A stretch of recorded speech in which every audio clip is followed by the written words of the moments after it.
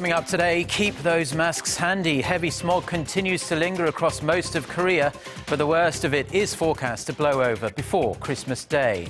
Korea's consumer sentiment takes a tumble in December, but with opinions sought before the Federal Reserve's rate hike announcement, it's too early to say whether it signals the start of a downward trend. Plus, the two Koreas agree on the amount of money South Korean firms should pay for their land at the joint Kaesong Industrial Complex across the border. Stay tuned for these stories and more.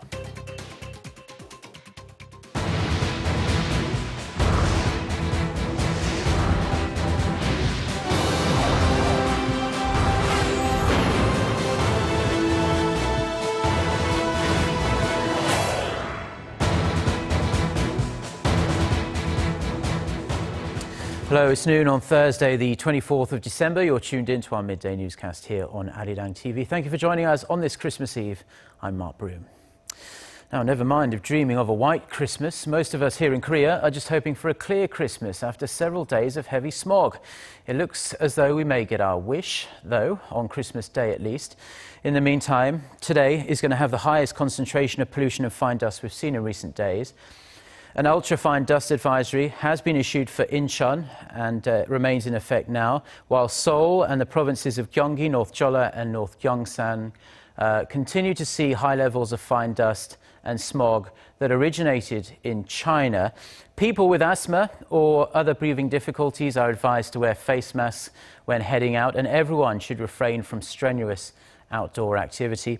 Forecasters expect skies to clear from tonight as a band of cold air sweeps across the nation, leaving us with much more comfortable conditions on Christmas Day.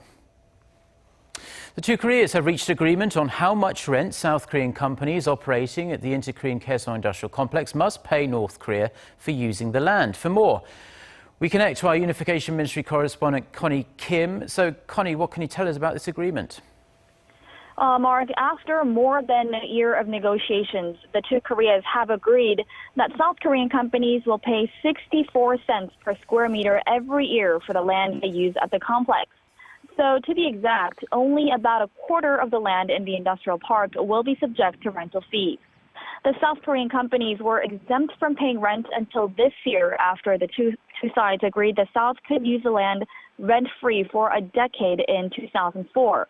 The agreement says the rental fee is due once a year by December 20th, though this first payment will be due by February 20th, 2016. Rental fee revisions can be made every 4 years, but the new fee cannot be more than 20% higher than the previous one. North Korea had initially demanded the South Korean firms pay $1 per square meter for all of the land that was to be developed under the 2004 agreement, but Seoul insisted on paying half of that, or 50 cents, for the land they're actually operating on. Seoul's Unification Ministry sees the agreement as meaningful in that the two sides cooperated to work it out.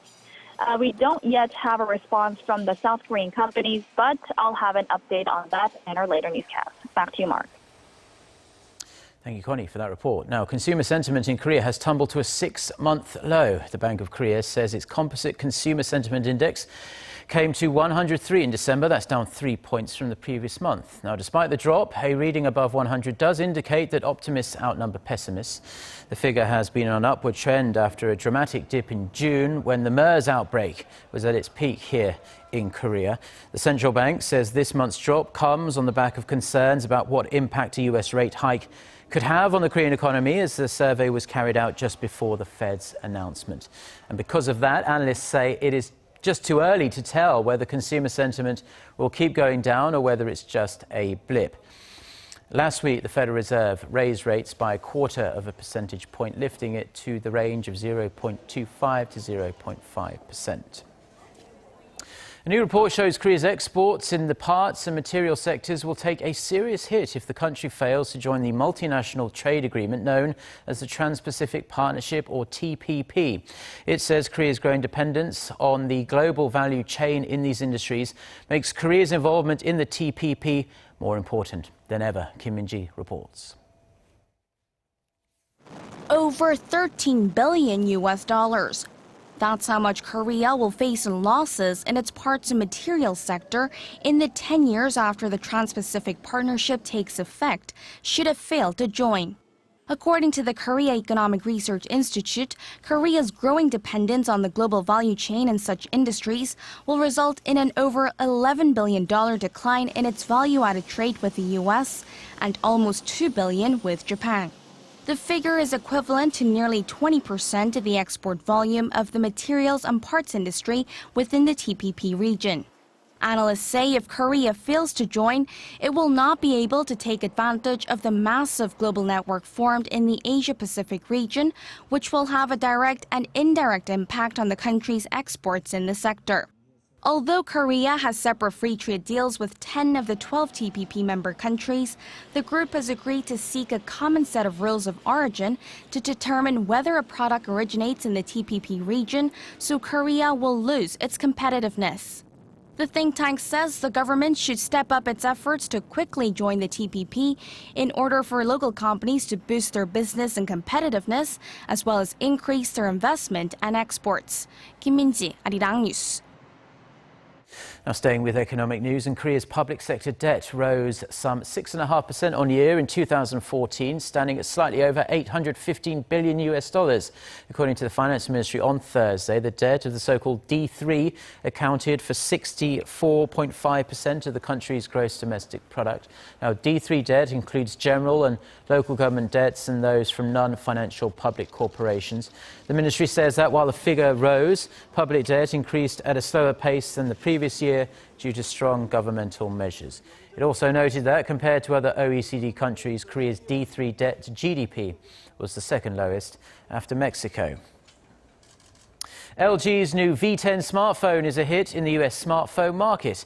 Korean conglomerate LG Electronics says it sold more than 450,000 units of the handset in the US within 45 days of its release. The V10 is an improvement on the company's G series in terms of durability and its video recording and editing functions. The majority of people who bought the phone are in the 25 to 34 age group and had higher earnings than G-series buyers. Citing US-based market tracker International Technology Group, LG says the popularity of the new phone has helped boost its share of the North American market by 9 percentage points to nearly 36% last month.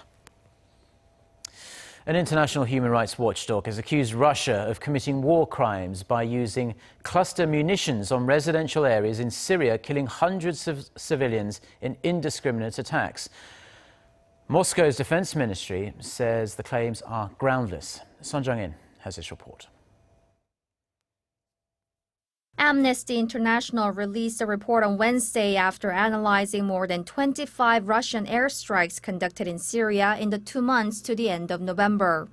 The 28-page report, based on a range of interviews with survivors and witnesses, said the raids killed at least 200 civilians and around 10 fighters.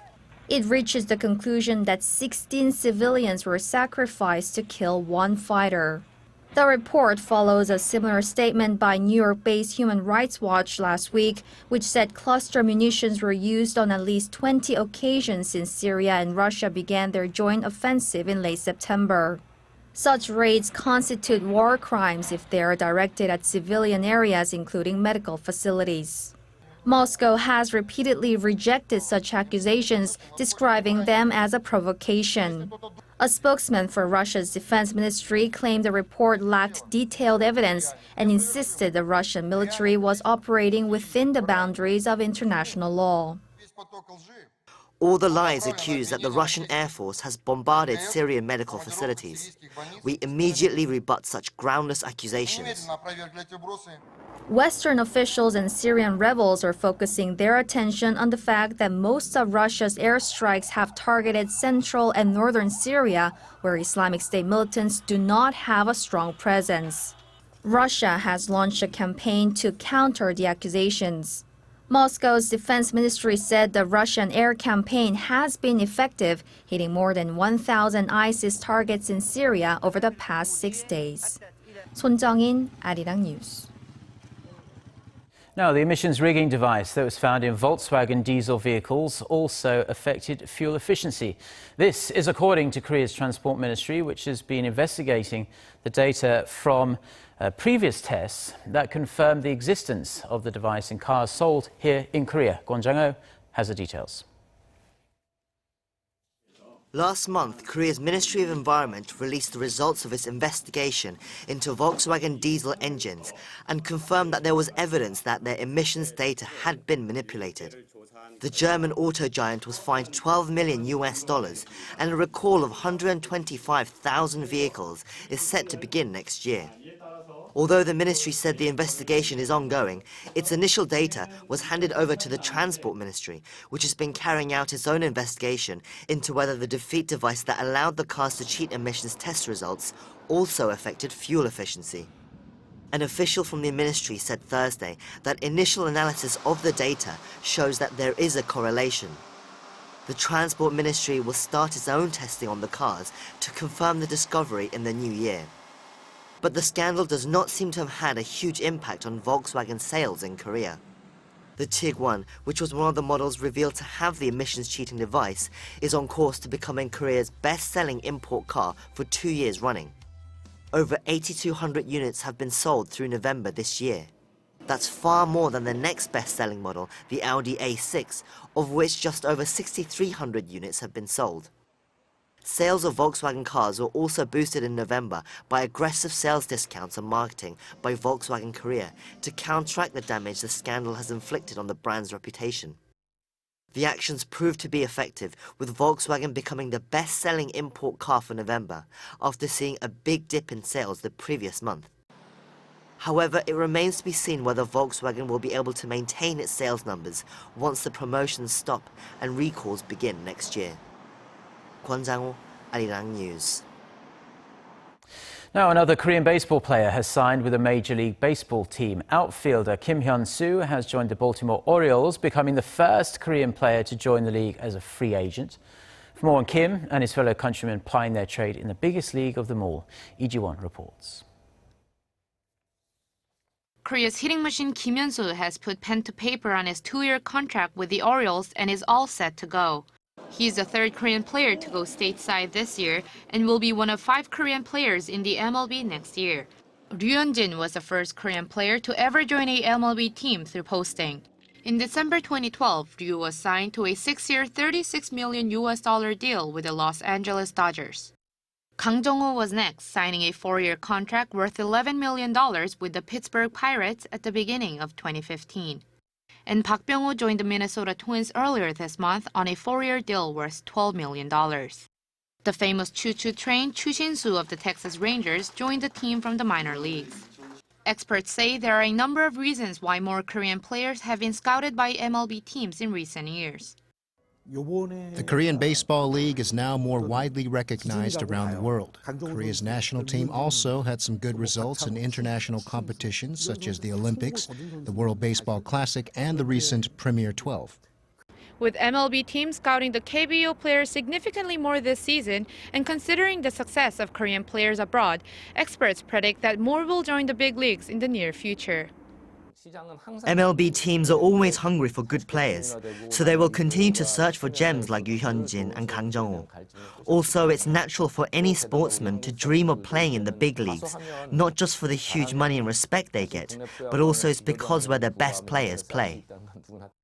Experts say that now is the time for Korea's best baseball players to show the world what they've got on the biggest stage of them all. Lee Ji-won, Arirang News.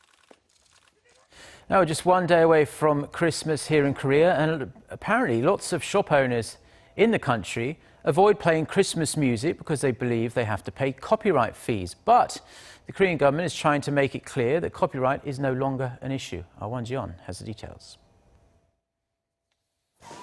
Christmas time is here, but in Korea, it's unlikely you'll hear any holiday tunes outside your home. It makes me sad to not hear any Christmas carols on the streets. I wish there were more Christmas songs playing outside, so it would feel more like Christmas. So what happened to all the Christmas songs? Store owners in Korea are worried about having to pay expensive copyright fees based on a law revised in 2009. But the government tweaked the law this year, and authorities are trying to spread the word. Korea's Culture Ministry and 4 copyright organizations recently announced that small and mid-sized stores can play Christmas songs for free. Small-sized businesses like local cafes, bakeries, and restaurants can play any songs without having to pay any copyright fees. But many store owners tend to be misinformed about this part of the law. Despite the ministry's efforts, experts say it could still be a while until Christmas songs fill the streets of Seoul. By law, stores are required to keep their front doors closed at all times to save energy, and they're barred from playing loud music on speakers outside. Experts say the government should provide an exception over the holidays to spread the holiday cheer. Won Ji-hyun, Arirang News.